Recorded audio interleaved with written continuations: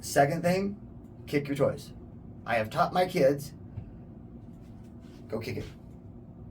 If there's something that's in it that's going to hurt you, it will get out if you kick it. Kick your toys. That's it. I mean, other than that, my kids now know to be just that little extra cautious. Take that extra second to look.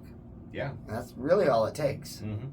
So when you got bit, you had called me, or shortly after you got bit, I should say, you had called me and you told me, hey, identify this snake. So that's a big thing that you need to be able to do, is to identify the snake. So the one thing that you did right was you took a picture of the snake.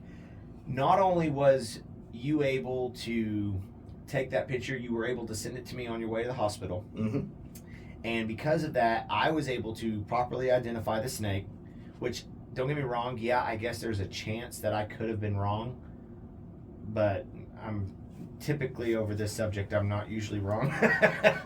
But nevertheless, getting a positive ID on the snake so that when you contact it, I told you, you need to contact the emergency room right now, mm-hmm. while you're on your way, and tell them. Now, they already knew because you had already called them and told them you were on your way, but I told you, call them back and tell them now. This type of snake. This is the snake that bit me. I am positively 100% identifying this snake. This is what bit me, and you did.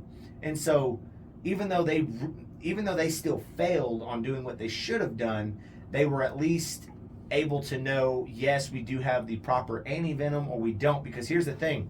In a situation like that where time matters, calling them and saying, this is what bit me, well, they're going to say either A, we have the antivenom, or B, we don't. That means two things. Either one, if you're closer to another hospital that has it, you need to get to it, or they need to be flying that antivenom to that hospital to get to you. Right. And I guess this is a part of where I'm going to say the individual needs to take responsibility for their own health.